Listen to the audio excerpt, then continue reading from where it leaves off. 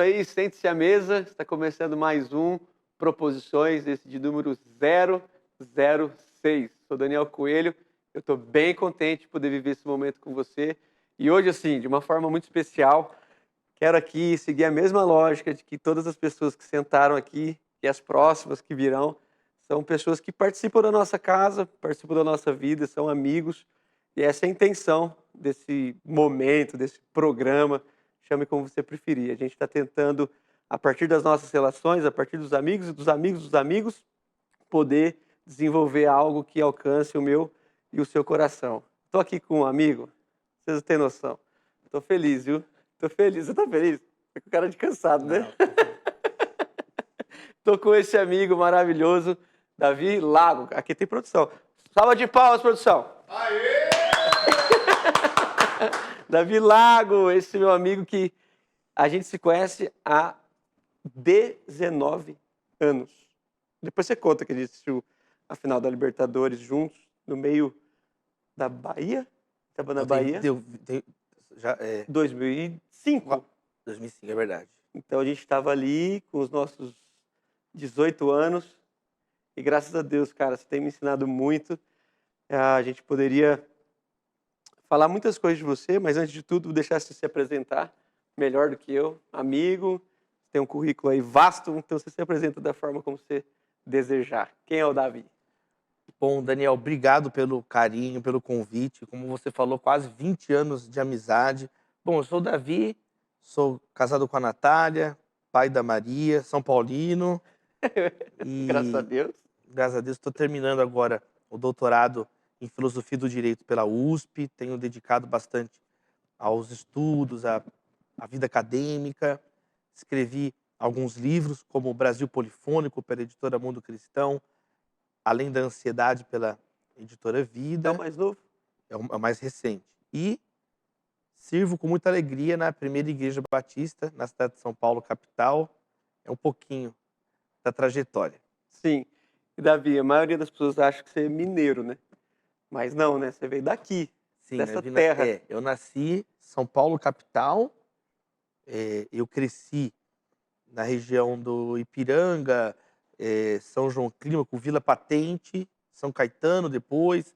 Morei em Santo André, em Otinga. Uhum. Até os 12 anos eu vivi no São Paulo e ABC. E aí com 12 anos de idade, sim, aí eu fui para Belo Horizonte. Aí lá eu me formei, casei, a minha filhinha nasceu. E aí, desde 2014, eu, a Natália e a Maria voltamos para São Paulo. Então já completamos agora, vamos completar 10 anos de volta em São Paulo. Então tem um pouquinho do sotaque misturado, né, Daniel? É meio mineiro, meio paulista. São Paulino, né? Coxa. Mas São Paulino, isso aí é paulista, paulistano e São Paulino. A gente teve o privilégio de assistir recentemente um jogo, né? Então, podendo educar os nossos filhos nessa doutrina, né? Que é uma Amém. coisa Amém. muito importante Muito para a importante. fé deles, né? O apóstolo Paulo falou, né? Ser de meus imitadores como eu sou de Cristo. É justo. Cara, quando eu fico... quando eu pensei isso aqui, nem te expliquei tanto, mas assim, tá tranquilo, né? Entre nós não tem crise. Como a gente acaba sendo muito vasto nas reflexões, eu escolhi 5 temas que iriam direcionar a trajetória dessa caminhada aqui. E aí, quando eu pensei em você, foi até difícil, né? Aí eu tentei uma ajuda, falei, Davi, tô pensando nisso e nisso. Você falou assim, não, o que você acha melhor? Então, assim, não me ajudou tanto. Mas, desde desse tempo que a gente se conhece, depois a gente teve o privilégio, na verdade, você teve uma ideia e me convidou para fazer parte, que foi aquele hospital de líderes, e que a gente foi, eu fui surpreendido, que a gente vê caravanas vindo, teoricamente, de longe, para ter uma tarde lá sem saber, não tinha agenda, não tinha pauta, não tinha folder, não tinha cantor, só tinha nós, e acho que nem a gente estava anunciado. A chamada era Hospital de Líderes. E o que a gente preveu ali, o que a gente viveu, que além de ter me convidado, você me deu a graça de poder compartilhar. E eu compartilhei sobre amizades espirituais. Tem sido um tema da minha vida, assim, cara. Junto com a unidade da igreja, que você sabe, a amizade espiritual ou amizade, chamem como preferir, eu gosto do termo amizade espiritual. Aí eu pensei, cara, com o Davi, eu gostaria de falar sobre amizades espirituais. Vou só dizer o porquê. Primeiro porque talvez quem está nos assistindo ou nos ouvindo não tenha tanta dimensão, porque a pessoa Davi Lago não é muito ativa nas redes sociais. A gente meio que não foi mordido por esse, não sei porquê, né? Depois você pode explicar se você quiser. Mas o teu ministério, na minha opinião, entre os nossos amigos, você é o cara que mais transitou e transita até hoje. E quando a gente sentou para fazer alguma coisa junto, a gente falou, cara, os nossos amigos estão doentes. Estão lá no carro aquele dia lá, voltando do jogo de São Paulo, a gente vai falar do quê? Das nossas amizades. Então, assim, eu acho que você teria muitas outras áreas aqui para acrescentar e pode até parecer meio, pô, vai trazer o Davi, poderia falar de política, mas tudo isso você já falou, é só a pessoa colocar Davi Lago Podcast, vai achar tudo. De amizade eu não lembro. Então eu falei assim, vou pegar o que o Davi não tem falado. Então, quando alguém te fala de amizade, como que você consegue desenvolver esse tema? O que é um amigo ou um amigo espiritual na tua cabeça? Bom, Daniel, maravilhoso esse tema, né? É o grande tema da palavra de Deus. A Bíblia, ela começa e termina falando de amizade, de relacionamentos. Ela começa falando do relacionamento de Deus com a humanidade, como esse relacionamento foi rompido no Uhum, pecado. uhum, E ela termina com um convite para a festa, as bodas do Cordeiro, onde novamente você vê ali a festa, os relacionamentos. Então, a história da salvação é sobre relacionamento, é sobre amizade. O próprio Senhor Jesus disse: olha, o maior mandamento é amar a Deus, é amar, e o segundo é semelhante, é amar ao próximo. uhum, Então, quando a gente fala de relacionamentos e relacionamento com Deus, relacionamento com o próximo, nós não estamos tratando de um tema lateral, de um tema superficial. É o tema uhum. da vida humana, né? Tem uma canção da banda O Terno, né? A banda indizinha queridinha aqui de São Paulo e tal. Aham, E tem bem cult. é bem cult e tal. Tem uma canção deles que eles falam sobre isso. É mais ou menos assim o verso da música, né? É a história mais velha do mundo. Né? O que a gente quer é amar e ser amado por alguém. Então é uma canção singela, um verso singelo, Uhum, mas que afirma esse. O grande tema do universo é o relacionamento, é o amor, é sobre isso os poemas, é sobre isso os filmes são sobre isso, as histórias que nos comovem são sobre isso, e a palavra de Deus, então, vai falar sobre isso. Existe um conjunto de textos na Bíblia muito poderosos sobre amizade. Nós vamos ver, por exemplo, acho que um bom ponto de partida para a gente delinear aí um pouquinho sobre essa noção poderosa de amizades espirituais, é quando em Eclesiastes capítulo 4, ali existe uma das imagens mais conhecidas da Bíblia, sobre como é bom ter um amigo. uhum, E o Eclesiastes, ele utiliza uma metáfora de uma viagem. Ele usa a figura de uma caminhada na antiguidade com um amigo, uma caminhada por um deserto, uma caminhada por um campo aberto. E ele mostra um contraste. Como é ruim a pessoa sozinha.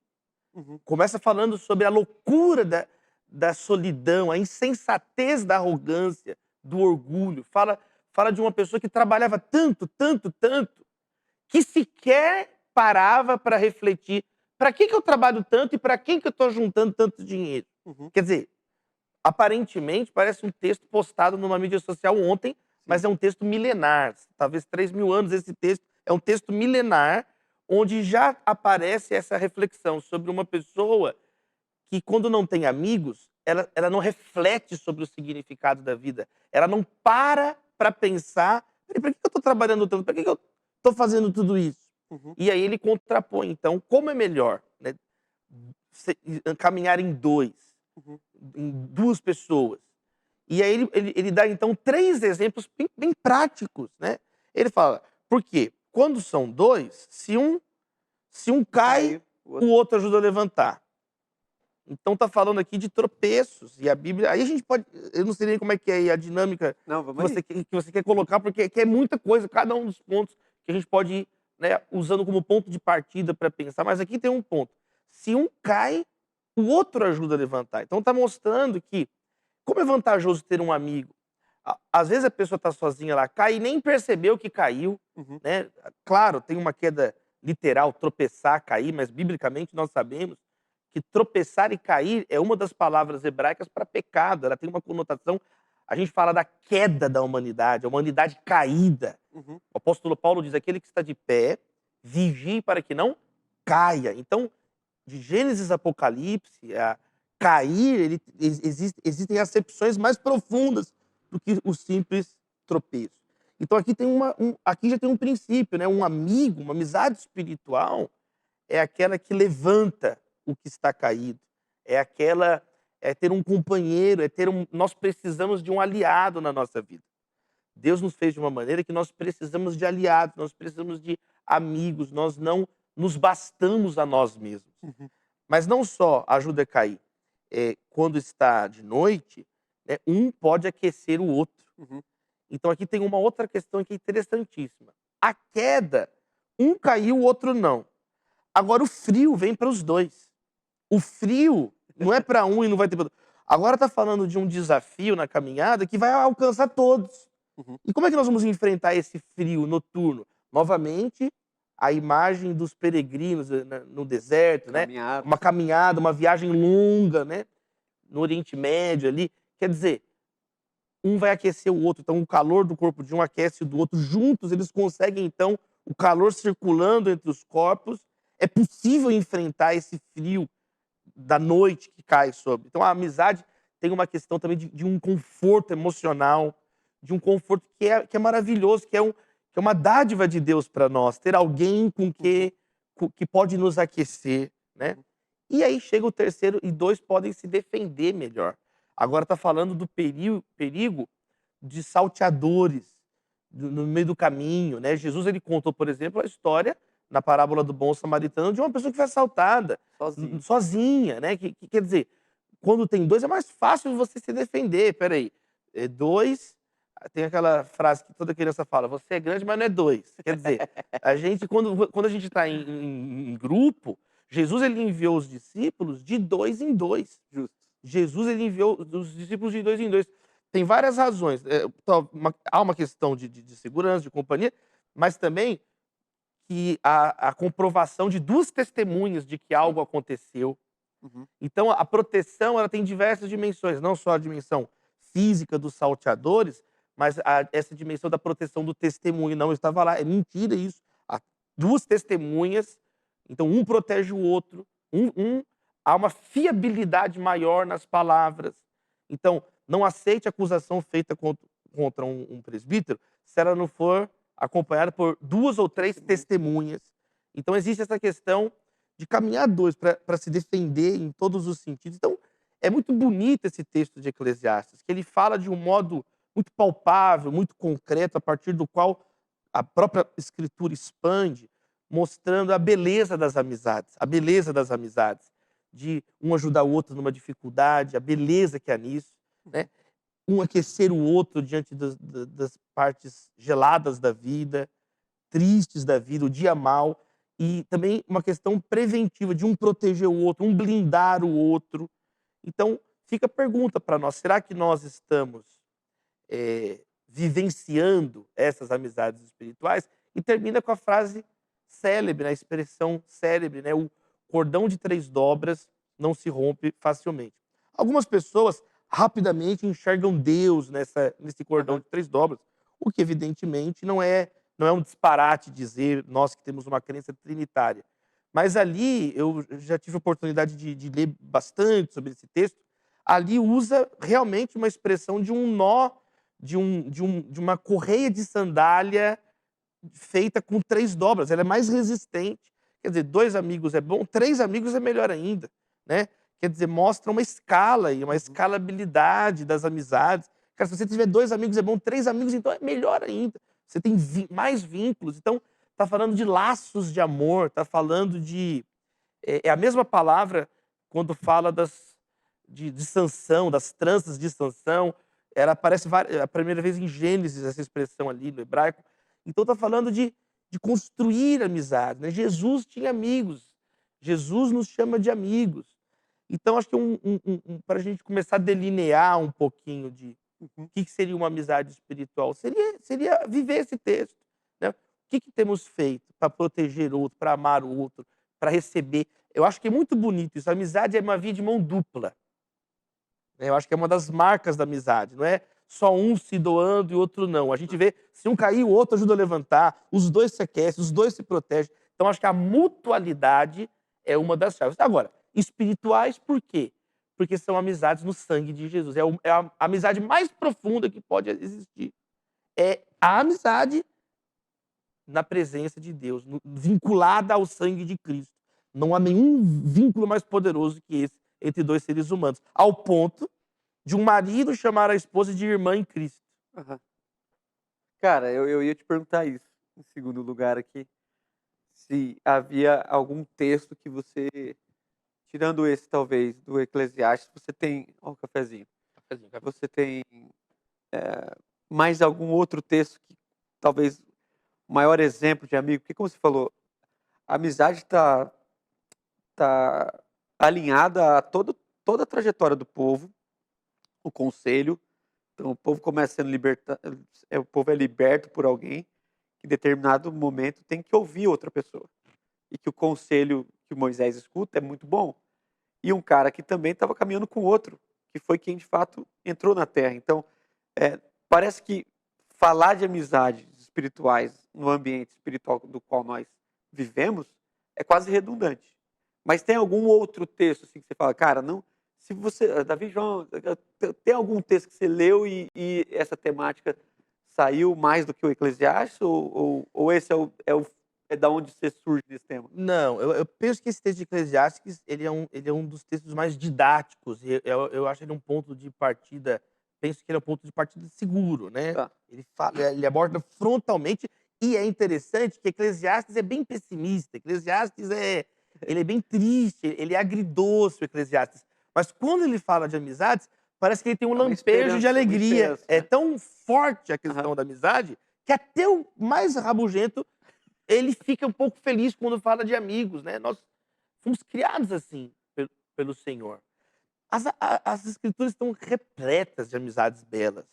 Você vê a amizade, de Davi e Jonatas, você vê a amizade de Elias e Eliseu, você vê a amizade de, Paulo e Timóteo, né, as suas lágrimas sinceras, você vê um Uhum. um afeto de Paulo e de Timóteo, o modo como um se refere ali ao outro, o modo que Paulo fala, de detalhes da vida. "Olha, toma também um pouco de vinho, porque o seu estômago é fraco". Olha o carinho, olha É o muita cuidado, afeição. olha onde vai, o meu verdadeiro filho na fé, ele diz. Então você tem ali essa amizade, né, o canto de lamento do rei Davi com a morte de Jonatas, Uhum. é um dos textos mais impressionantes das escrituras, o lamento dele, né, como caíram os heróis, e é tão forte, né. Então, existem esse conjunto de amizades muito muito maravilhoso, mas sem dúvida é Jesus, Sim. né. Eu me lembro, agora falando da minha experiência pessoal, eu me lembro quando eu vivenciei no período da universidade, períodos de solidão, alguns períodos de contestação da nossa fé, aquela questão toda de você, ser o único, muitas vezes, cristão ali em um ambiente enorme. E eu lembro que eu muito novo ainda, eu entrei com 17 anos na faculdade, fiz 18 no meio do primeiro ano. Eu me lembro que teve uma vez que eu estava lendo o Evangelho de João, né, e Uhum. como foi, esperançoso ler Jesus falando: "Olha, se me odiaram, vão odiar a vocês também, né, mas vocês são os meus amigos". E Aham. Jesus nos chamando ali, ninguém tem maior amor do que aquele que dá a vida pelos seus amigos. Eu lembro que quando eu li ali João, 12, 13, 14, 15, eu Sim. lembro que eu li o Evangelho de João até o final esse dia, a minha Bíblia ficou toda molhada com lágrimas esse dia, sabe. Foi um dos dias muito importantes, eh, na minha leitura bíblica, né, aquelas palavras de Jesus, né, e ele deixa o comando para nós. "Vocês precisam amar uns aos outros como eu vos amei, né. João 13, no cena do lava-pés, diz que Jesus amou os seus discípulos até o fim. Aham. Então, o novo mandamento, ele renovou o mandamento, dando o exemplo dele, um exemplo de abnegação, de altruísmo. Então, acho que esse talvez seja o final do evangelho de João inteiro ali, nesse dia, puxando de memória aqui, foi um momento assim, né? Jesus é o meu primeiro amigo. Tem uma experiência que aconteceu comigo, com meu pai. Uma vez também eu era pequenininho, a gente foi para uma conferência em Brasília, em 92, e também teve uma experiência muito forte agora com o meu pai, que foi essa experiência da Bíblia, mas agora encarnada, né? Quando nenhum outro menino queria brincar comigo lá em Brasília, na conferência que a gente estava, eu não conhecia ninguém, e eram vários dias de reunião, com os filhos de pastores, o pessoal todo lá. E aí o meu pai virou e falou para mim assim: "Filho, não se preocupa, se ninguém quiser ser seu amigo, eu vou ser seu amigo, né, eu vou ser seu amigo", meu pai falou, e meu pai sempre foi meu melhor amigo. Sim. Então, eu penso que essas experiências, essas leituras da palavra, elas criam um chão no nosso coração. Uhum. Uhum. Eu tenho onde cair, né, a Bíblia e, no meu caso, a minha experiência familiar, o pai que eu tenho, o pai que eu tive e tenho, por quê? É uma espécie de rede de proteção. Eu hoje, né, eu tenho 38 anos de idade, e existem momentos que às vezes a gente ainda se sente triste, às vezes a Claro. gente ainda se sente às vezes solitário, nós nos sentimos incompreendidos, e aí a gente tem uma rede de proteção. Tem a esposa, tem os amigos, aí tem essas experiências, poxa, meu pai, a palavra de Deus, e claro, a palavra de Deus sendo, Uhum. eh, a nossa própria vida, né, Daniel? Claro. Você estava falando de João, você começou com João 12. Você falou João 13, 14 até o 17. Interessante que talvez João, por ser alguém muito reflexivo, ele introduz isso com, obviamente, João 11. Eu eu eu também fiquei perplexo quando eu vi Jesus frente a um amigo e chorando. E tem muita gente que fica assim: "Ah, o Lázaro, ele era amigo de Jesus ou ele era discípulo de Jesus?" Porque parece que as pessoas querem classificar, né. Ele é um amigo discípulo amigo, ele é só amigo, ele é só discípulo. Cara, tanto faz. O que nós sabemos é que nós temos nas narrativas do evangelho, e tem outra, mas nos evangelhos, Jesus chorou 2 vezes. Beleza. Uma delas foi por um amigo. Eu sempre falo isso, cara, não sei se você já ouviu, mas eu sempre falo isso. Jesus chorou por um amigo que sabia que ia ressuscitá-lo. Então, assim, quantos de nós choraria por um amigo sabendo que ele iria ressuscitar? A gente ia pular essa etapa. Mas o Lázaro é tão importante na vida de Jesus, ele é um amigo tão querido que Jesus desloca, Jesus chega atrasado, mas ele chega e ele ressuscita e ele chora por esse cara. Ele derrama lágrimas e o texto diz claramente assim: Jesus, quando ele chega, Jesus chorou. É para mim um dos textos que me pega assim. E depois Jesus chorou por outro motivo, mas um deles foi por um amigo. Depois Jesus disse, como você falou na narrativa de João: eu já não chamo vocês mais de servo. E eu acho interessante esse texto, Davi, porque tem uma palavra que você gosta, que é o fato do conhecimento. Jesus fala: "Eu não chamo vocês de servo, porque o servo não conhece o seu senhor, mas a vocês eu estou falando tudo. O que eu conheci do meu pai, eu estou fazendo vocês conhecerem também." Então, tem essa esfera da amizade, essa confiabilidade, esse lance é afetivo, mas é um porto seguro, é para quem é a quem eu deposito o meu coração. Jesus suou sangue. Jesus já chorou e já suou sangue, mas nenhuma das vezes ele fez sozinho. Então eu fico olhando para a Bíblia e fico vendo assim, cara, quais outros fatores nós, né, evangélicos, eh, e nós principalmente, pastores e líderes, o que mais nós precisamos ter de evidências para nos mover? Por exemplo, uma transição. Cara, eu recentemente vivi uma questão com um amigo, e aí ele estava vivendo um momento muito delicado de traição, de várias coisas assim. Ele pastoreia uma igreja grande, tem muito mais histórias do que eu. Mas aí eu recebi conversei com ele e fiz uma pergunta simples, porque eu de longe, eu não sei se aquela história é real, eu não acompanhei nada, eu não sabia de absolutamente nada, eu só o ouvi. E aí, sabendo que seria difícil eu cuidar daquela situação, eu fiz uma pergunta séria: "Cara, você não tem ninguém lá?" Ele falou: "Não". Aí eu lembrei de outro texto que eu já vi você pregando, que é daquele homem no tanque de Betesda, aquela pergunta que Jesus faz para ele: "Você quer ser curado?" Ele não falou nem que sim e nem que não. Ele falou: "Não tem ninguém". Então, aqui é proposições, então é um lugar que eu tenho para errar. Eu fiquei realmente pensando nisso, mano. O que que era pior para ele? Sabe, aquela situação física ou a situação a situação que a debilidade física o levou? Jesus perguntou para ele se ele tinha alguém. Jesus perguntou para ele: "Cara, você quer ser curado?" Ele: "É óbvio que sim." Mas ele fala: "Eu não tenho ninguém que me coloque no tanque."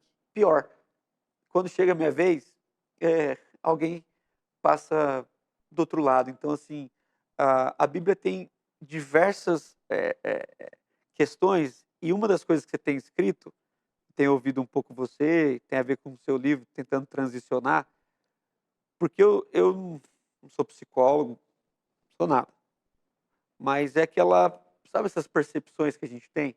Não sei se você percebe isso, visitando seus amigos líderes, pastores, membros, cristãos. Eu tenho a sensação de que alguns dramas seriam vencidos com um amigo. Até de medicação. Às vezes eu falo assim: "Cara, eu acho que isso é exagero."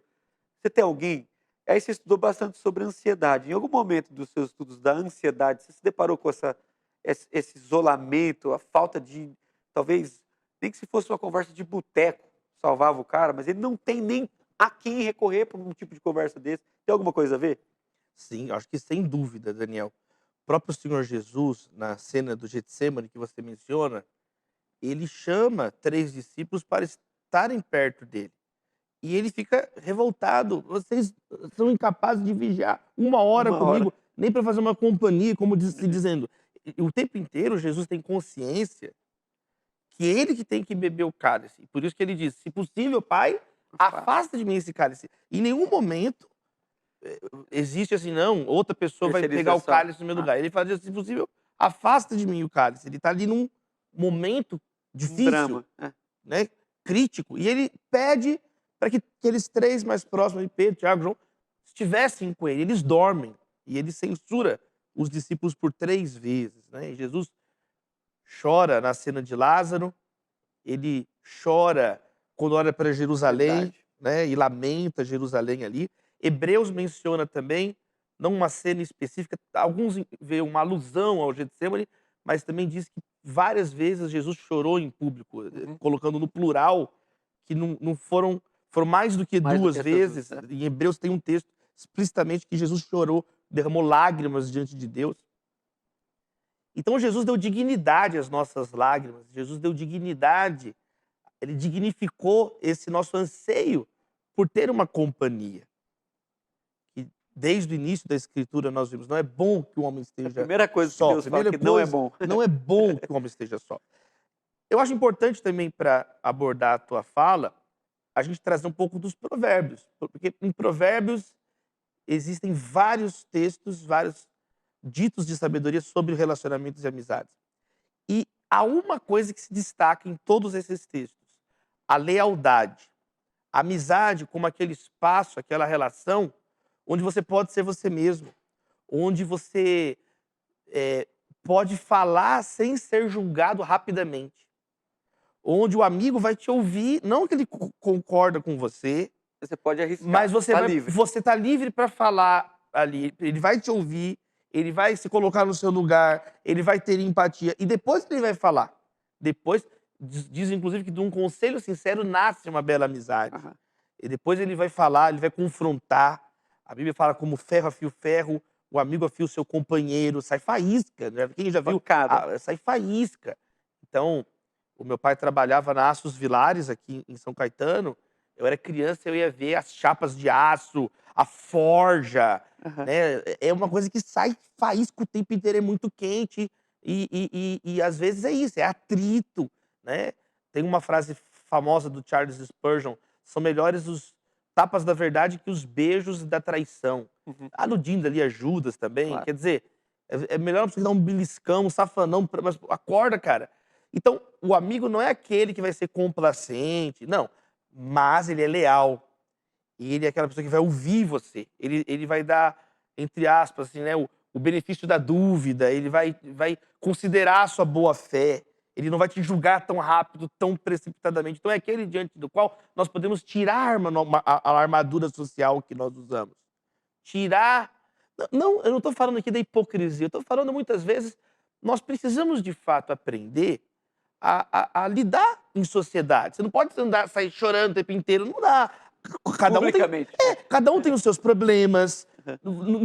Não gira tudo em torno de você. Então, não é que é errado você. É até bíblico você saber se portar, dar honra a quem honra. A Bíblia fala sobre isso. Tudo tem o seu momento. Agora, nenhum de nós consegue viver nessa polidez o tempo inteiro. Então, nós precisamos de um ambiente seguro. Nós precisamos de um lugar para desabafar. Então, muitas pessoas enlouquecem porque não têm amigos, não escutam ninguém. Até a origem da expressão, né, da palavra em português absurdo, no latim absurdum. Aham. Tem a ver com uma pessoa que se fecha e não escuta mais ninguém, né? Não, obviamente, não é uma questão meramente auditiva, é uma questão Aham. relacionada à alma, né? Então, a pessoa que tem amigo, ela é mais difícil de enganar essa pessoa. Ela é menos passível de ser manipulada. Uma pessoa que é orgulhosa sem amigos é muito mais fácil. Ela tem vários pontos cegos que ela não percebe, ela não se enxerga adequadamente, ela pode pensar mais de si do que é, Uhum. entendeu? Ou menos de si do que é. Então ela não tem parâmetros de referência, ela não tem o tu, ela não tem o outro. Uhum. Então, nós precisamos de amigos para sermos menos ingênuos. Faz bem para nós sermos confrontados, é uma questão de sabedoria. Provérbios 18:1, Uhum. puxando de memória, né, que aquele que não quer ter amigos se insurge contra a verdadeira sabedoria, o que busca os seus interesses egoístas. Então, tem aquela clichê também, mas eu acho que cabe aqui, os clichês às vezes são bem-vindos, né, que em inglês é friend, que vem de freedom, Aham. né. Então, a palavra amigo, né, de freedom, de liberdade, eu posso Liberdade. ser eu posso, por isso que é um friend, eu tô Aham. livre para falar. Eu não me sinto em um julgamento, eu não me sinto em um tribunal quando eu estou diante de um amigo. Então acho que essa é uma das belezas que as pessoas perdem. O diabo, na Bíblia, o adversário, o inimigo, Satanás, a antiga serpente que a todos enganou, o objetivo dele é que você não tenha amigos. O objetivo dele é que você seja uma pessoa egoísta, curvada diante de si próprio. Aliás, Lutero definiu assim o pecador, né? O homo incurvatus. Aham. Quer dizer, o homem encurvado em torno de si mesmo. Quer dizer, aquela pessoa que ela mais que egocêntrica, né? Muitas vezes é ególatra, né? É a É figura de autólatra. Narciso, né, É ela é até Narciso, encurvada. é um autólatra, né. Existe um verso, também puxando de memória, se não me engano ele repete 2 vezes, Isaías e Sofonias, quando diz em Sofonias é Nínive que diz para si mesmo, "Eu me basto, eu sou meu próprio Deus". Aham. É a cidade orgulhosa. Eu não lembro se é a Babilônia que diz em Isaías, perdão, Também não biblistas, lembro. me ajudem aí depois aí, cheque, mas em Sofonias, se eu não me engano é Nínive. Que Nínive diz a si mesma, né? É o credo do autólatra, né? Eu me basto Uhum. e não preciso de ninguém. Uhum. Então, é a receita da queda, né? O, o orgulho precede a ruína, vai Sim. dizer, vai dizer Profe a sabedoria de a Provérbios. sabedoria está na multidão de Na conselheiros. multidão de conselhos a É. sabedoria. Então, as amizades têm esse componente que você está falando, emocional, de saúde mental. A pessoa que não escuta ninguém, não fala com ninguém, ela vai ter ali emoções distorcidas, ela vai ter ali ideias equivocadas, ela nunca é confrontada. Então, isso é muito comum na internet também, pessoas que se relacionam. Isso é um paradoxo do nosso tempo. Acho Uhum. um ponto interessante. Eu ia chegar aí. Porque a gente tem tecnologias que nos aproximam. Só vou Sim. lançar só isso aqui. Redes. É. Então, aparentemente, nós podemos, entre aspas, ter mais amigos. Só que, ao mesmo tempo, esse tipo de relacionamento, ele é mediado tecnologicamente. Sim. Ele não é face a face, mano a mano. Então, terceira carta de João encerra, o autor diz assim: eu tenho mais a dizer, mas não dá para fazer nessa mídia, com pena e tinta. Eu Quando vou eu fazer for aí. no face a face. Aham. Então existe essa dimensão que só as amizades verdadeiras, viscerais, de carne e osso podem nos oferecer. Uhum. De um confronto real. Por exemplo, está na moda agora os chatbots psicoterapeutas, que são vendidos, são Uhum. aplicativos da inteligência artificial, e aí ela conversa com uma pessoa que está em crise. Supostamente, Aham. a vantagem disso é que é mais barato, Claro. é mais acessível, e, entre aspas, a pessoa que está expondo ali um desafio, que ela está conversando com um robozinho, ela não vai passar, entre aspas, a vergonha Não de vai se se expor por expor, um outro ser né. humano. Só Uhum. que o que os terapeutas de verdade vão ensinar é que é justamente a aliança terapêutica, o termo que eles usam, entre o terapeuta e o paciente, que faz parte do processo de cura emocional. Sim. É justamente a construção dessa confiança, que é algo que uma inteligência artificial Não pode não pode fazer. fazer. Claro. Né? Não desprezando a tecnologia, eu acho que há meios de terapeutas usarem ela também como emergência, como... Agora, nos parece que esse vínculo humano, que é o que está no âmago de uma amizade, ele é insubstituível. Sim. Não sou psicólogo nem sociólogo, né, mas essa leitura da internet é muito interessante, cara, porque a nossa geração está nessa transição. A gente tem é um pouquinho mais velho que eu, mas meses. A gente meio que viu isso nascer. E aí outro dia eu estava fazendo um checklist das redes sociais, e eu fiquei: "Cara, você lembra quando a gente viajava e a gente tinha o Orkut?" Era o máximo, né. E já era Friends lá, o nome da palavra, que também, enfim. Mas a primeira rede que eu lembro que bombou, assim, foi essa, assim, de rede social, vamos dizer, pelo menos pra mim. E o Orkut tinha uma coisa interessante, cara, ele tinha a possibilidade de você ter, no máximo, 1000 amigos. Eu fiquei pensando nisso. Quando veio o Facebook, já joga aquilo para 5.000. E como a gente viajava, dava para ter mais de 1000 pessoas nas nossas redes sociais, né. E aí a gente fazia o perfil 2. Eu lembro que a gente tinha o perfil 1 e foi aí que a gente conheceu. A gente tinha o perfil 2. Quando eu chegava em alguma igreja e a pessoa falava assim: "Cara, posso te adicionar no Orkut?" Aí eu falava: "Sim, qual que é o seu perfil?" Aí eu colocava lá, aí colocava assim: "Perfil 2." A pessoa ficava assustada, porque eu falei assim: "Como que você tem 2 perfis?"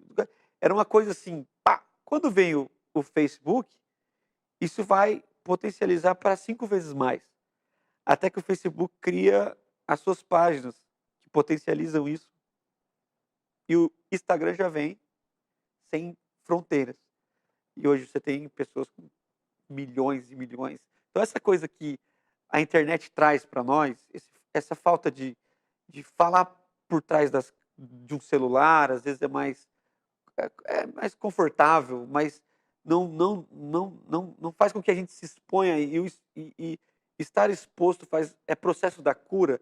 Quando o Tiago vai falar da cura, ele vai dizer exatamente isso: a cura tem que se expor. Você tem que ir lá confessar seu pecado, porque se você quiser ser curado. Então perdoar é coisa de Deus, mas cura tem a ver com a gente. Parece que Jesus quis que, vamos chamar de comunidade terapêutica, não tem problema, né? Há uma comunidade terapêutica do espírito onde O os Salmo seus 100, pecados estão perdoados, cara, beleza. Mas não, mas talvez você ainda esteja doente. Você precisa de alguém para orar. Chama os presbíteros da igreja. Chama alguém para pôr a mão em você. E a minha leitura, que é proporção, a minha leitura é que pôr a mão não está apenas ligado a essa imposição de oração no sentido de transferência de virtude. Para mim também tem uma questão do toque. Chama alguém para pelo menos você perceber que você não está sozinho. E a rede social não tem toque. Então, você pensa mais ou menos como eu, as redes sociais da nossa transição de geração, elas trouxeram um complicador, assim, eu estou em rede o tempo todo, 24 horas por dia conectado, e ainda assim com a sensação, como essa pessoa me disse: "Eu não tenho ninguém." Como você lê as amizades, porque eu não gosto nem do nome amigo. Eu acho que as pessoas tinham que tirar esse nome, deturparam o nome amigo. Ninguém tem 50 mil amigos, isso é seguidores. O Instagram para mim é mais fiel. Seguidor você pode ter quanto você quiser, mas amigo não dá. Como que você lê isso, cara? Até dentro da universidade, saindo um pouco do ambiente só de igreja, como que você... Enfim. Muita coisa interessante na sua fala, Daniel. Realmente, a expressão amigo, ela se torna esvaziada, muitas vezes, de significado quando a gente percebe a aplicação que é feita dela nas redes sociais. Porque não há vínculo real, não há contrapartida, não há mutualidade, não há responsividade, como nós estamos vendo que na Bíblia é uma das características centrais, a Uhum, responsividade. uhum, Não é uma coisa unilateral. Até mesmo do ponto de vista, por exemplo, filosófico, existe o grande filósofo do diálogo no século XX, judeu, né, o Martin Buber, aham, na obra Eu, Tu, ele vai dizer justamente isso. Ele diz que tem, de modo bem didático, dois modos principais, dois modos do ser humano se relacionar. Eu isto, eu tu. tá. Eu isto é quando eu falo, mas não escuto. São as relações que ele diz que são monológicas. Quer dizer, eu falo, mas não tem uma ressonância. Então, são relações de objetificação. Muitas vezes as mídias sociais são relações assim, monológicas. Eu falo, gravo um vídeo ali e pronto. E quem quiser ver, vê. Quem quiser falar depois, mas eu não necessariamente vou ouvir, Não é um então diálogo. não é um diálogo real. São muitas vezes monólogos simultâneos.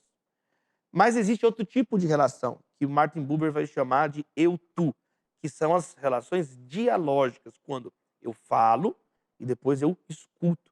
Martin Buber vai dizer, inclusive, que eu só entendo que eu sou alguém quando eu escuto, quando o tu me fala. É bem bonito, é Claro, poético. claro, cara, Claro que existe um enraizamento na Torá, nessa fala claro. dele. Ela não é uma filosofia especulativa, existe um forte componente rabínico, né, na fala, no texto, até no modo do Martin Buber escrever. Mas é muito interessante, né? O Luther King mobilizou muito da filosofia do Martin Buber, citava o vocabulário dele. Então, a internet, para usar esse tipo de fala, ela não permite o tipo de relação eu-tu que só uma amizade encarnada possibilita para nós. Jesus, ele encarnou, ele não morreu em pixels, ele Uhum. não foi necessário dizer poeticamente que Jesus morreu, não, ele encarnou, ele foi à cruz, ele ressuscitou no terceiro dia, eu creio corporeamente, Claro. historicamente, ele ressuscitou dentre os mortos, no terceiro dia ele saiu do túmulo, e o túmulo está vazio. Então, é algo impressionante. Então, para um cristão, eh eh como você disse, é redundante ter que falar isso, mas é o tipo de cristianismo que se tem hoje, muitas vezes tão diluído, tão longe dessa visceralidade, da doutrina da encarnação que está ali no evangelho, né? Jesus esvaziou de sua glória, assumiu a forma de homem, de servo, foi obediente até a morte, morte de cruz. Então esse caminho de humildade, esse caminho que Jesus apresenta para nós, ele é sim um modo diferente de viver muitas vezes da lógica das redes, que é asséptica, né. Aham. São relações. Tem um pensador francês atual, menos conhecido, ele lançou um livreto 2 anos atrás, 2022, chama A Sacralidade ou a Sagração das Pantufas, né. A pantufa sagrada seria Sim, uma sim. tradução. Ele está dizendo que nós estamos vivendo a sociedade que sacralizou a pantufa. Ele diz assim: na pandemia a gente acostumou ficar em casa, fazer reuniões agora por Zoom, Online. por Google Meet, outros aplicativos de videoconferência. Nós acostumamos passar álcool gel. Então, os heróis do tempo atual são os guerreiros de sofá, né? São os ativistas de sofá. Tem até a expressão sofativismo, tem até essa expressão. Quer dizer, é o Che Guevara de home theater. Ele é um guerrilheiro, ele é um revolucionário, mas que não sai do pijama. Então, não é mais uma armadura, é um pijama, agora é uma camisola e a pessoa acha que está mudando o mundo. Então, isso além de patético, né, sintomático dos nossos tempos, empobrecedor das amizades. As amizades, outra coisa que a mídia social também é incapaz de fazer. A amizade pressupõe espaçamento. Por isso que não é um familiar. Uma coisa é a sua esposa, outra coisa é um amigo, uma coisa é o seu filho, outra coisa é um amigo. O amigo não convive com você o tempo inteiro. A relação familiar, ela é diferente de uma relação de amizade, por óbvio, Uhum. por óbvio. Então, claro, existem amigos mais chegados que irmão, que recebem um status de familiar, mas a amizade é uma coisa, a família, a esposa e o filho é outra. Na Bíblia, são tratamentos diferentes. Então, o que caracteriza também a amizade, um traço caracterizador da amizade, é eu ficar sem te ver, Daniel, um tempo.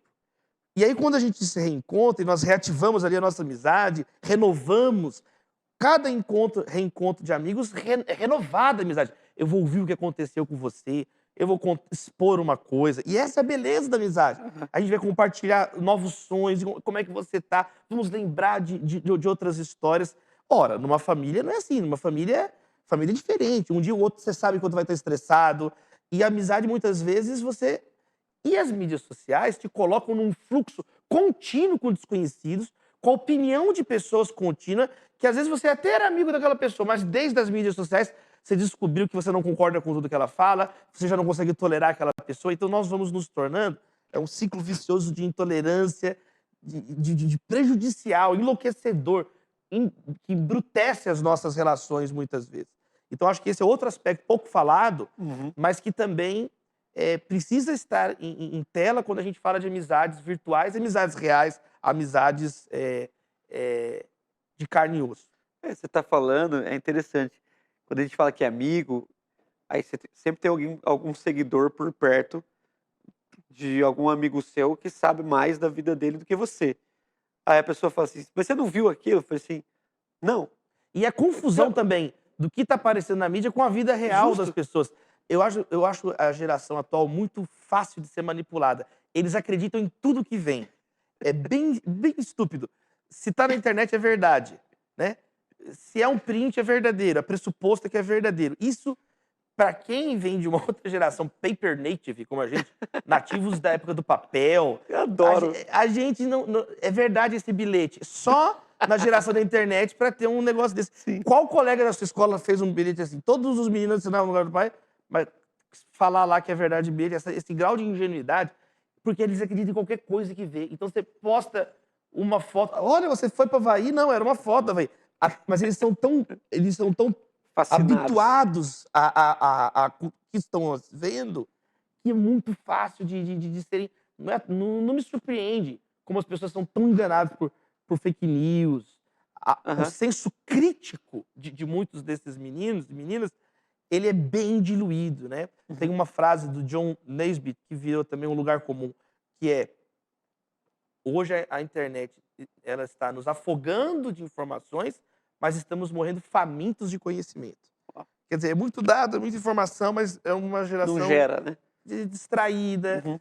E amizades até tem esse componente. É legal quando o Paulo fala assim: Timóteo me trouxe boas notícias de vocês, eu fiquei É, feliz. é. É um dos grandes momentos da amizade, é o reencontro. Uma Sim. das grandes belezas da amizade. Então, Provérbios fala como alguém que traz uma notícia boa de uma terra distante é tomar um copo de água gelado que sedenta a minha garganta. Como é renovador para os ossos o mensageiro que traz notícias. A saudade, para usar uma expressão bem lusófona agora, portuguesa, né? A saudade é uma das partes bonitas da vida e das Sim. amizades. É saudade, há tempo de abraçar, há tempo de afastar. E Jesus mesmo tinha um grupo que ele andava mais perto, tinha os 12, tinha os 70, tinha os 3, os 12, os 70, o grupo maior, os 120, os 500, Os 1000. os 1000. Israel também, você vai ver Sim. assim, né, nos clãs familiares. Então, realmente, você não tem como ter o mesmo tipo de vínculo, de relacionamento com todo tipo de pessoa acriticamente.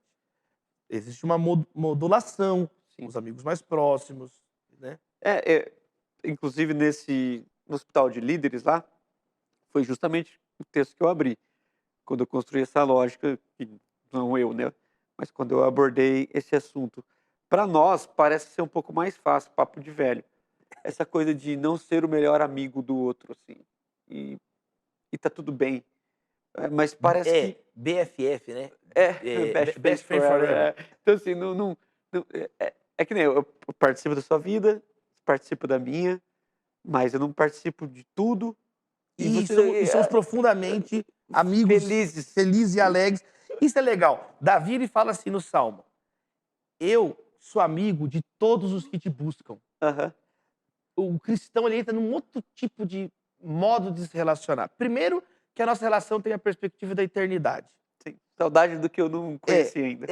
Primeiro que a gente tem no coração esse anseio pela eternidade. Nós entendemos que as nossas amizades são ainda frágeis e são um esboço do que elas serão quando consumadas na volta do Senhor. Quando o próprio Senhor estará conosco, servindo à mesa, e nós vamos estar com o próprio Senhor, né, na Cidade Santa. Então, primeiro, a gente tem essa questão de uma esperança comum, um chão comum e uma visão, caminhamos para o mesmo lugar. Então, isso é um primeiro fator de estabilidade das nossas amizades. Não existe aquela coisa de o tempo inteiro tem que afirmar, o tempo inteiro não é uma cobrança. Não, a gente entende que nós estamos trabalhando para algo muito maior. Paulo demonstra essa compreensão também das amizades, dos Sim. seus relacionamentos, especialmente no final de 2 Timóteo, que é a última carta que ele escreve.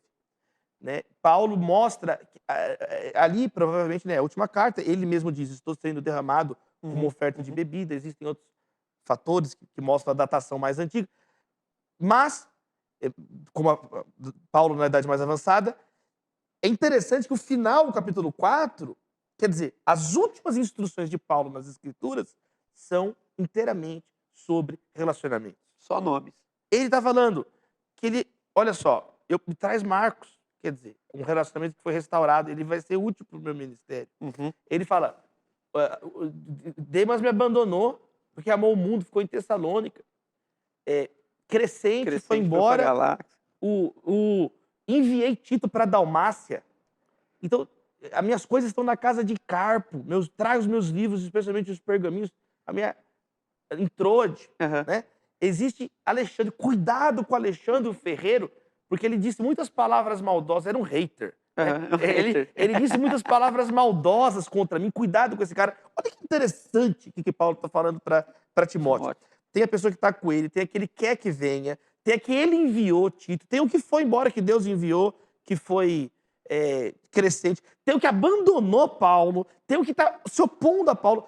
Paulo demonstra uma completa compreensão dos seus relacionamentos e do momento de cada relacionamento. Sim. Alguns eram relacionamentos que tinham que ser evitados. Jesus falou sobre isso também, Daniel. Não dê pérola aos porcos, né? Porque eles vão se voltar contra você.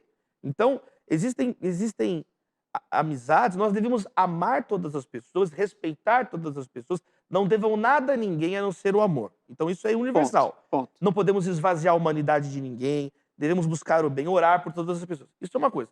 Agora, não é possível ser, é uma impossibilidade ser amigo de todo mundo. Não, nós somos amigos, no sangue de Jesus.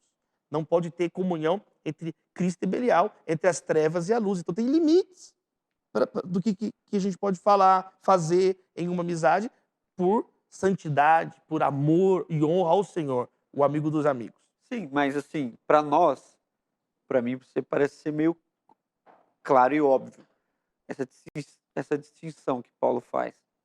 E não é nada ingênuo. Ele sabe exatamente quem é quem. Parece que ele colocou todas as cadeiras e ele sabe a maturidade dele de entender sentado em cada lugar na vida dele. Ponto. E ele é resolvido. Mas agora, como uma pessoa pública, como que passa no seu coração quando alguém se aproxima de você e, por exemplo, vai falar da Maria como se fosse, cara, a sobrinha mais incrível, e você olha para a pessoa, é que você tem uma memória boa, mas certamente você já olhou para alguém e falou assim, cara, eu não faço a mínima noção, esse descompasso. A pessoa é sua amiga, mas você não é dela. Você nem sabe realmente quem ela é.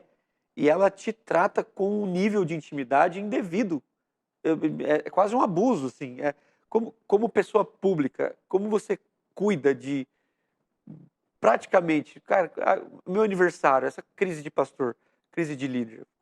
E eu já fui, tive a honra de ir no aniversário da sua filha, e a impressão que as pessoas podem ter é vai ter 6.000 pessoas. Não, você chega lá, tem quem você gostaria que tivesse. Mas não estou dizendo que não é fácil e nem é ultra difícil. Mas como você, na prática, consegue estipular os limites sem ser muito agressivo? Porque aquela pessoa realmente te ama a sua filha, não importa que você não sabe quem ela é. Para ela, você é alguém. Como que você diz a ela que ela não é? Assim, Eu vejo que o modo de responder isso, biblicamente, é a questão da hospitalidade do pastor. Um traço característico do presbítero é que ele tem que ser hospitaleiro. Ele tem que ser apto a ensinar, ele tem que ser hospitaleiro. Ou seja, essa hospitalidade não é apenas a hospedar a gente em casa. É um princípio maior. É um sim, princípio maior acolher o de coração. acolher. É um princípio que fala também sobre a transparência da vida do pastor. O pastor, ele está blindado quando as pessoas conhecem a casa dele. Não tem Uhum. nada a esconder. O pastor, porque é um dos fatores de credibilidade do pastor é a sua família. Claro. Diz assim, se ele não cuida da própria casa, Vai cuidar de quem? como que ele vai poder cuidar da igreja? Então o pastor não pode viver numa torre de marfim, pregar de um púlpito de marfim. Justamente o que impressionava as pessoas em Jesus Cristo é que ele falava como quem tem autoridade. Era impressionante, ele vive o que ele fala, ele está aqui conosco. As pessoas estavam com Jesus. Ao ponto de uma vez, Jesus invertia o raciocínio. Ele estava num lugar tão cheio que aí, Jesus, sua mãe, seus irmãos estão lá fora querendo entrar. E Jesus dava uma resposta até aparentemente ríspida ali. Quem Peraí, é? quem é minha mãe e meus irmãos? Minha mãe e meus irmãos são vocês que estão ouvindo, crendo, são os meus discípulos. Vocês são a minha família. Uhum. Então eu aprendi assim muito com os meus pais também, Daniel, assim, de nós que tem assim, uma vocação pastoral, de pregar. Existe você e existe muito o que as pessoas projetam em você, para bom e para mal. Claro. Então, claro que a gente tem que ir encontrando limites saudáveis de exposição, especialmente como você está falando, época de mídias sociais, muito invasivo. Agora, eu acho que assim, essa questão da discrição do pastor, de não ser uma pessoa sensacionalista, briguenta. Outra característica é que o presbítero, ele não pode ser uma pessoa viciada em contendas. Ele é amável, né? Ele tem que ser amável, ele tem que ser pacificador. Então é um conjunto de atributos que nos auxiliam. A Bíblia não nos deixa no escuro nessa questão. Então é Aham. esforçar para viver o que está ali, ser hospitaleiro, não ser uma pessoa que vive.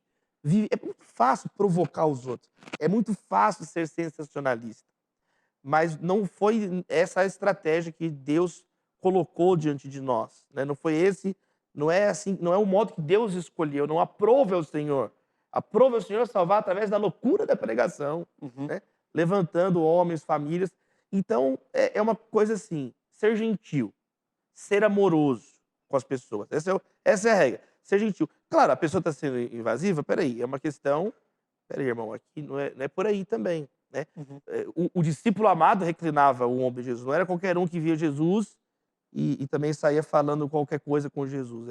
Existe essa, como nós falamos, os 3, os 12 Sim. E o um, né? Que é e o 1. que é quem Aquele Jesus que fala, ó, reclina, tá aí tua mãe. tá aí tua mãe, filho, tá tua mãe, tá aí teu filho. É aquele que tem intimidade de reclinar. E que eu acho que a crise, Davi, desse amigo e de tanta gente que a gente já escutou a mesma coisa, não tenho ninguém, não tenho ninguém, não tenho ninguém. São pessoas que estão rodeadas de gente. E eles parecem-me que se mantiveram na esfera que a gente chama da esfera pública. Tá lá, tá todo mundo. Tá todo mundo assistindo a vida da pessoa. Também um pouco por culpa dela mesmo, né? Então cria-se, Que a pessoa se autosensacionalizar, sim, mediatizar, ela cria esse ela lugar. criar, ela incentivar uma idolatria, né, incentivar as pessoas, Daniel, elas são propensas a acreditar em qualquer coisa, especialmente em momentos de crise. Então faz parte da ética pastoral, faz parte da integridade do pregador e do pastor entender isso e o que a Bíblia permite que ele faça ou não. Uma vez, o pessoal começou a gritar que Paulo e Barnabé eram Zeus e Deuses. Hermes, É, né? Júpiter e Mercúrio na linguagem dos latinos. Quer dizer, qual foi a reação? Paulo teve uma reação violenta contra isso. Ele rasga a roupa e fala: eu sou homem como vocês. Eles receberam oferendas como deuses Deus. vivos. É. Entendeu? Isso acontece. Calvino falou lá, né, que o coração humano é uma fábrica de ídolos, né? Hoje em dia é um complexo industrial de idolatria. As pessoas, elas por muito pouco começam. Então nós não podemos nos tornar Anás e Caifás.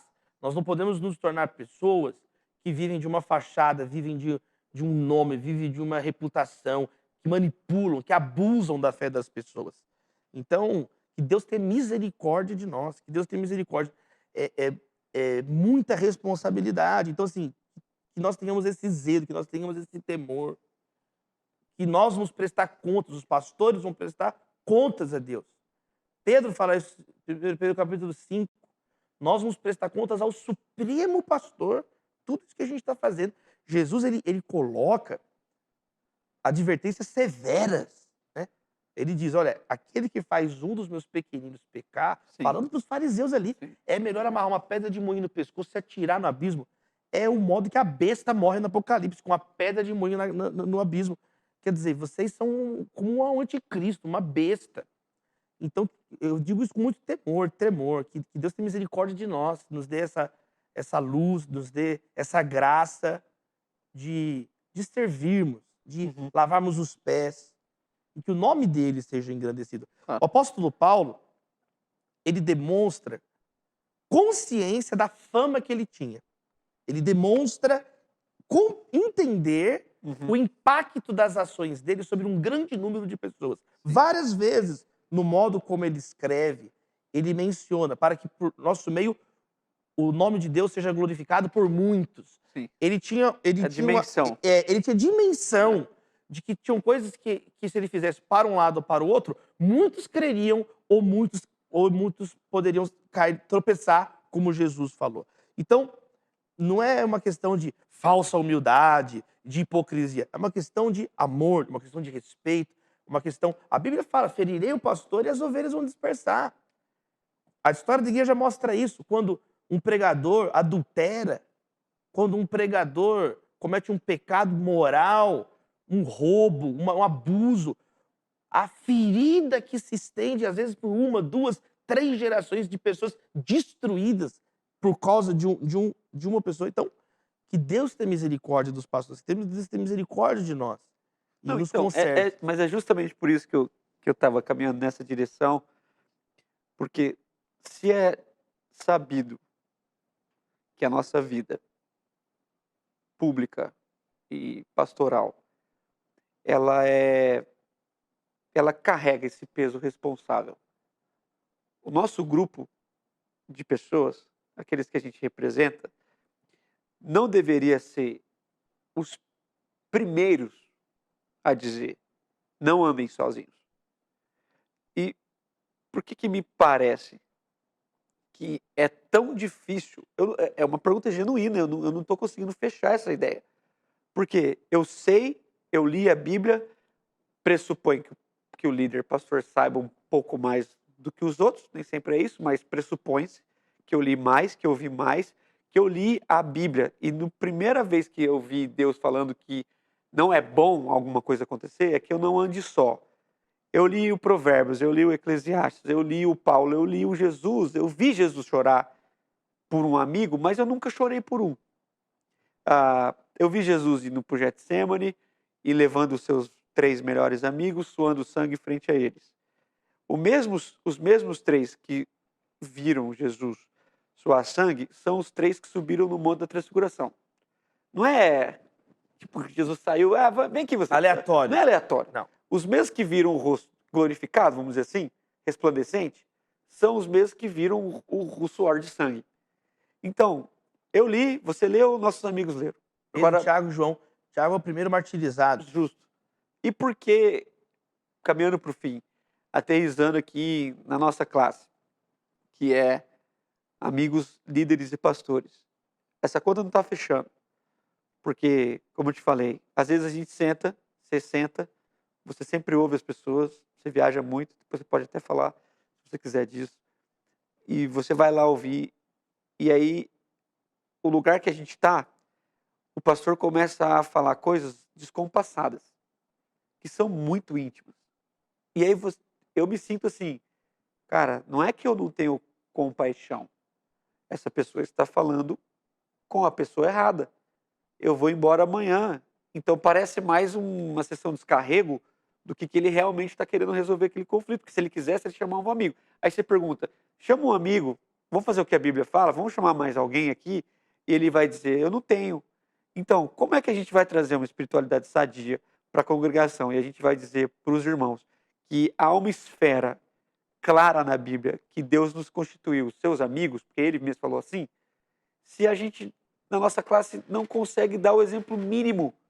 Os nossos amigos andam sozinhos, pastoreiam sozinhos, se entristecem sozinhos. O ministério vai deixar a gente triste. Mas pior do que ficar triste é ficar triste sozinho. Né? O ministério vai dar alegria, mas que alegria é essa que não é compartilhada? Então, você sabe, cara, a gente já fez várias mesas com os nossos amigos e a gente tem a nossa mesa de amigos. Mas o que me assusta, Davi, é que lá, desde a nossa adolescência e juventude, quantos amigos não ficaram pelo caminho? Já te falei isso uma vez. E eu não consigo acostumar com isso. Eu não consigo acostumar. Ah, mais um. Porque todo dia é mais um. Todo dia é um adultério, todo dia é um. Aí eu fico assim, cara, adulterar, além do pecado, há uma esfera de. Eu não dou conta de adulterar aqui. Porque eu vou ter que ser ninja. Eu estou com os meus irmãos todos os dias, eu reúno meu conselho semanalmente, eu almoço com eles 3, 4, 5 vezes por semana. Não tem, para eu adulterar, para eu cair no pecado público, eu vou ter que fazer uma articulação que, assim, sabe assim, é isso que você falou, os amigos nos blindam, cara. Você tem que ter É, alguém para prestar eu contas. presto conta. Eu já vi alguns pastores criticando a expressão prestar conta. Eu não tenho nenhuma dificuldade com essa, eu acho, Expressão. expressão. Eu já vi gente elaborando, mas é no sentido simples, no sentido de alguém para abrir o coração, alguém que está me olhando, né, que eu tenho, que eu me sinta responsável e não me sinta uma pessoa que está sempre ensinando e não tenho nada a aprender. Sim. Sempre tem, o Jaziel, você conhece bem, ele falou, não sei se é dele, mas eu aprendi isso com ele. Ele falava assim pra gente, quando a gente estava no JV, etc. Ele falava assim, Dani, é melhor ter que falar sobre as suas tentações do que ter que confessar seus pecados. Então, se a gente tivesse a quem recorrer para confessar, para falar das nossas tentações, nós não precisaríamos ter que confessar tanto pecado. Então, se essa lógica está bem estipulada, se eu não tenho amigos nem para falar das minhas tentações, muito menos para falar dos meus pecados. Tiago, capítulo 5, saiu do cenário da igreja. Qual foi a última vez que a gente escutou alguém falando para que a igreja tem que, nós precisamos confessar os pecados? E a Bíblia ainda vai dizer, uns aos outros, não tem, é inquestionável. Então a minha pergunta, Davi, caminhando bem para o fim mesmo, cara, porque assim, pela admiração, pelo carinho que eu tenho por você, o que você acha que, qual seria o fundamento no sentido negativo da questão principal que faz com que os nossos irmãos não consigam construir plataformas de amizade? Eu, não conseguem. Eu penso duas coisas e, na medida que você falava, me veio Filipenses Sim. à mente. Porque Filipenses, no capítulo 1, Paulo fala de pessoas que estão pregando por orgulho, Uhum, por egoísmo, uhum, que mais importa é que o evangelho está sendo pregado, então ele continua a saudação inicial. Só que no capítulo 2 ele volta ao ponto do pregador por si só. tá. E ele vai combater fulminantemente essa pessoa que está pregando por motivos errados. É como se ele separasse o espinho, mas ele volta ao Sim, tema, sim. ele não para ali. E ele começa o capítulo 2 falando isso. Ele fala assim: olha, cada um de vocês considere o outro superior a si mesmo. Você está falando de uma atitude de humildade. Então, acho que são 2 pontos para responder, eu acho, essa dificuldade. Primeiro, é a dificuldade de construir o relacionamento. Paulo vai mostrar no capítulo 2 que a amizade tem que ser nutrida. Ele vai dizer assim: cada um não busque só os seus próprios interesses, mas busque o interesse dos Do outros. outro. Quantos pastores colocam no seu planejamento anual o que ele vai fazer por outros pastores? Uhum. Entende? Eu aprendi a fazer isso, Sim. baseado nesse texto. Então, eu tenho o meu planejamento com a minha esposa, com a minha filha, com meus pais, com meus irmãos, com meus amigos. Eu coloco minhas metas no ano de estudo, de saúde. Eu tenho que fazer um check-up, eu tenho que melhorar isso. Eu coloco as minhas metas de leitura e tal. E aí eu falo, agora, como que eu vou ajudar outras pessoas? Eu não posso ajudar todo mundo, mas alguma pessoa eu posso ajudar. Tá. Eu não posso resolver o problema de todo mundo, mas o mundo de alguém eu posso ajudar a melhorar um pouco. Algum contato eu posso oferecer, algum recurso eu posso dar para alguém, eu posso dar um material escolar para alguém, alguma coisa eu posso fazer. E aí eu vou inserir isso na minha agenda como se fosse para mim. Jesus não falou, faça ao outro aquilo que você quer que seja feito a você? Praticar a regra de ouro. Então, assim, é necessário organizar as amizades, separar tempo para estar junto, separar para fazer uma viagem com uma família de amigos, separar para orar para as outras pessoas. Eu e a minha esposa Natália, de alguns anos para cá, nós começamos um grupo novo que só é eu e ela, que chama Gatos Intercessores. E aí, esse é um grupo que a gente ora, é um grupo de intercessão por casais de amigos. Então, nós colocamos um casal por semana lá, uma foto, e eu escrevo a oração, a Natália escreve uma oração, e a gente ora. Quer dizer, nós precisamos nos organizar para sermos melhores amigos. Tem que ter melhores. agenda Tem pra que ter ser agenda. amigo. Você tem que organizar. Amizade não é uma coisa que senão vira um terreno baldio. O mato cresce depressa em caminhos pouco percorridos. Então, você precisa construir os ambientes de amizade. Então, o que a gente vai fazer? Tem que ser intencional. Como diria nosso amigo Rafael Pijama, um grande beijo pro Rafa. Eu ia falar dele agora. É necessário você organizar. O que você está fazendo? Tem várias maneiras. Ligar no aniversário, mandar um presente pro filho, convidar para um aniversário do seu filho. Quer dizer, ir ver um jogo de futebol junto, marcar uma refeição junto, companheiro, é aquele que tem o pão em comum, que está Sim. dividindo a mesa. Então, você vai ver que Paulo fala no final do capítulo assim: honrem homens como esse, Epafrodito. Ele fala que Epafrodito era um amigo tão importante para ele, um homem tão de Deus, Epafrodito, que é pouco conhecido nas igrejas. Mas Paulo fala assim, ele ficou doente à beira da morte. E eu clamei a Deus pela vida de Epafrodito. Paulo fez uma oração, entre aspas, egoísta. Ele falou assim, Deus, não deixe Epafrodito morrer para que eu não tenha tristeza sobre tristeza. Paulo falou assim, Deus, se Epafrodito morrer, eu vou cair numa depressão. Uhum. Epafrodito é importante para mim, Deus. Ele apelou a Deus com esse argumento, está na Bíblia, em Filipenses. Ele falou, Deus, não deixa. Por quê? Porque eu quero que Epafrodito viva e pregue o evangelho. Paulo não falou isso. Porque eu quero, embora, claro que eu não queria que ele fizesse isso. Mas a oração que está lá, não foi uma oração assim, foi uma oração, Deus, não deixa Epafrodito morrer, para eu não entrar no abismo de uma depressão. Eu não tenho estrutura, Senhor, psíquica para perder Epafrodito agora. Deixa ele ficar vivo. E aí ele fala para a igreja dos Filipenses, honrem homens como esse que arriscaram a vida pelo evangelho. Ele está ensinando uma prática que eles não tinham. Uhum. Então, muitas vezes, a gente não tem amigo porque a gente não tem preguiça também. Para ter amigo, você vai ter que trabalhar, você vai ter que investir, você vai ter que honrar, você vai ter que aprender a fazer um elogio, honra quem honra. E aí vem o segundo ponto, que é o orgulho. Vencer o orgulho. Talvez esse seja o maior obstáculo porque as pessoas não têm amigo, porque elas são orgulhosas. Para você ter um amigo, você tem que reconhecer que você precisa dele, que você precisa de Deus, que você pode aprender com a pessoa, ter um coração aberto, um coração ensinável. E a verdade é que muitas pessoas hoje ainda não se converteram, Daniel. São pessoas que sequer são convertidas. Não são pastores, é pesado, mas é verdade.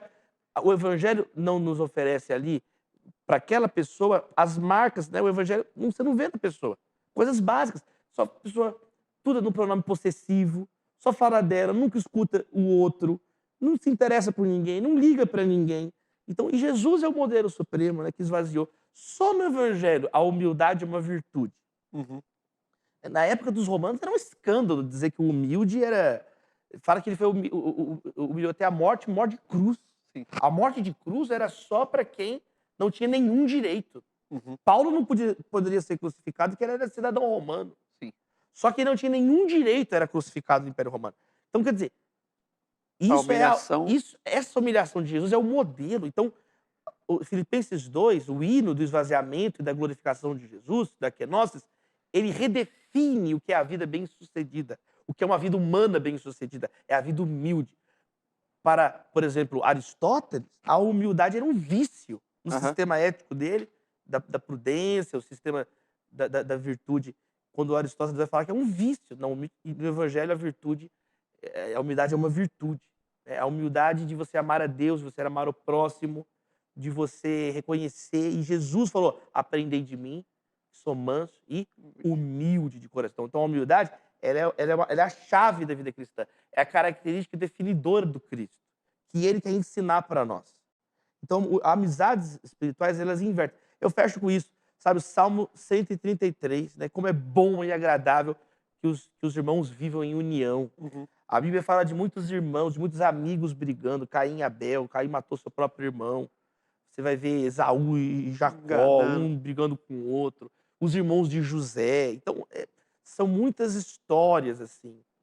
Mas é possível nós imitarmos Jesus, seguirmos os passos. Ele chamou Judas de amigo, amigo que É, veio. é. Ele traiu, mas Jesus continuava o mesmo. Ele é o nosso porto seguro. Ele é o modelo, ele é o amigo dos amigos. Então, e você usou a expressão terapêutica, é isso mesmo. Fala que desce como um orvalho. A amizade bonita é como um orvalho, né, que vem do Monte Hermon, quer dizer, para Sião, do monte mais alto para o monte mais baixo. Sião, por o contrário, né? Sim. Quer dizer, é nós entendermos que é como o óleo da cabeça de Arão, Vai pra que baixo. desce para a barba, é uma inundação de unção e vai até a orla das vestes. Quer dizer, a figura da unção do sacerdote. A unção ele tá empoderado, capacitado, autorizado para o ministério. As amizades nos autorizam para o ministério. Sim. As amizades, elas trazem credibilidade para o ministério, para o exercício da vocação pastoral. Que Deus tenha misericórdia de nós. E obrigado, Daniel, por ser meu amigo.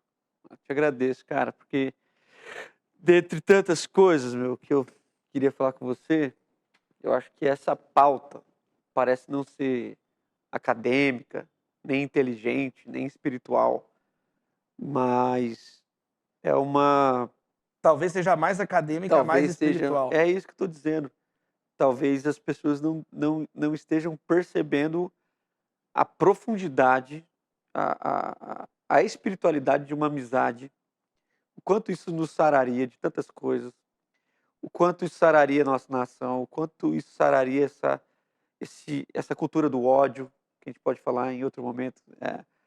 Enfim, cara, te agradeço e acho assim que as pessoas precisam, mais do que ver as coisas que a gente faz, ver esses testemunhos mesmo, cara. Você falou do Rafael Pijama, lá em Portugal eles não deixam de chamar de pijama. É meio ofensivo, assim. Eles gostam de chamar de Rafael. Aí eu comecei a chamar de Rafael.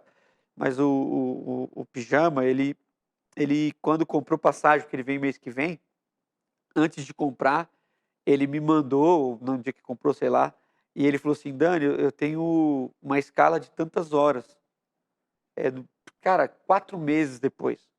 Tipo assim, do dia que ele estava me falando. Daqui 4 meses eu vou ao Brasil e tenho uma escala de tantas 10 horas em São Paulo. Pensei da gente fazer alguma coisa e tal.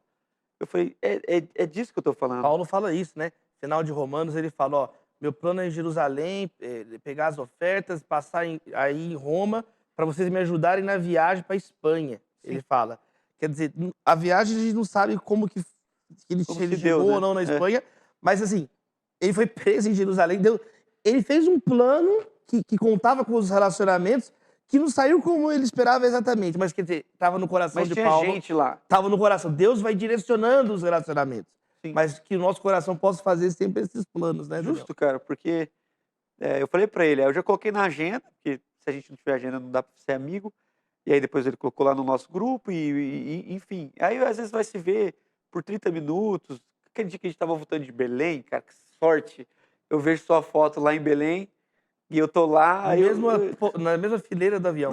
no mesmo voo. Aí eu falo, cara, a gente vai ter 15 minutos para um café. Mas a gente não vai desperdiçar esse tempo pelaquela riqueza. A Carol estava junto, é sempre gostoso. Então, enfim, eu vou aqui fechando esse momento. Acho que a gente vai precisar ter mais algumas mesas como essa, incluindo outros irmãos. Mas eu vou agradecendo aí a todo mundo que ficou aqui até agora e que vai assistir esse episódio outras vezes. Eu quero fazer alguns pedidos, né? Então, são simples os pedidos que eu deveria ter feito do começo. E o Igor sempre fica falando, Daniel, fala no começo, eu só falo no fim. Então, assim, no começo, mas agora no fim, se você puder nos ajudar curtindo esse vídeo, comentando algo que faz sentido para o seu coração e, principalmente, não é nem por engajamento, é você pegar isso e mandar para alguém, ou que você considera amigo, ou que você gostaria de ser amigo. Eu estou convicto de que o melhor jeito de se ter um amigo é sendo um. Então, talvez você não tenha amigo porque você não é amigo de alguém. Então, seja amigo de alguém, construa relações, tenha tempo, tenha agenda. Os mineiros falavam, né, que não tem como ser amigo de alguém sem comer pelo menos um saco de sal juntos. Então, isso é vivencial, é físico, tem toque, etc. E se você pudesse nos ajudar com isso, a gente ficaria muito feliz. E a gente quer também agradecer ao Vitor, do Infinito Brindes, que tem ajudado. Você ignorou o café aí, o Eu Davi? esqueci o café. Esqueceu? Eu Vê fiquei se- empolgado, mas ó, ele tá quente ainda. não, Ele tá você tem quente. que ver, porque aí a propaganda vai ficar mais real. Vamos ver. Tá quente de verdade. Tá. Tá quente. Então aí, ó, Não esfriou. Infinito Brindes, o Vitão, que tem abençoado a gente com várias questões aqui. E hoje a gente também tem a ajuda do nosso irmão, eu chamo de Dido, Diego, que tem aí nos abençoado com uma porção para a gente ter esse tempo, já que amigo precisa de tempo de mesa, a gente vai ter o nosso tempo de mesa. E eu quero, assim, agradecer o Dida desde o começo, mas especialmente hoje, por ter literalmente nos alimentado. Se você não conhece ainda o Guiomô, depois vai estar aqui na nossa descrição. Não há nesse ABC, Davi, você ainda não viu na face da terra, mas essencialmente nesse ABC, um restaurante tão delicado e com tanto sabor que nem o Guiomô. Então, obrigado, Dido, obrigado a todo mundo. Tem mais alguma coisa, Igor? Ah, não, isso aqui é o de lei. Esse é o único quadro que a gente tem. Se eu esquecer desse, eu tô lascado. Então, Davi, é o seguinte, mano. Além de te agradecer, obrigado pelo empenho, trânsito, tudo isso que a gente sabe de quem mora aqui. Mas uma única coisa que eu pensei para esse programa é eu tenho criado essa possibilidade. Se o mundo inteiro parasse para te ouvir, não tem nem fuso horário, fala brincando, todo mundo conectado no mesmo tempo e não houvesse nenhuma pessoa nesse mundo que não estaria te ouvindo, mas só tem 2 minutos, no máximo 3. Que mensagem você poderia entregar para o mundo? Aí você olha para aquela câmera ali e você fala o que fica no seu coração. Eu falaria o evangelho em miniatura, como disse Lutero, João 3,16. Porque Deus amou o mundo de tal maneira que deu o seu Filho unigênito para que todo aquele que nele crê não pereça, mas tenha vida eterna. E o maior mandamento é amar a Deus de todo o coração, toda a alma, todo o entendimento, todas as nossas forças. E o segundo mandamento é amar ao próximo como a si mesmo. No fim, o que fica é a fé, a esperança e o amor, mas o maior deles é o amor. É isso, gente. A gente vai finalizando aqui. Toda segunda-feira, às 21 horas. A gente espera aqui na próxima semana. Sejamos uma bênção. Até lá.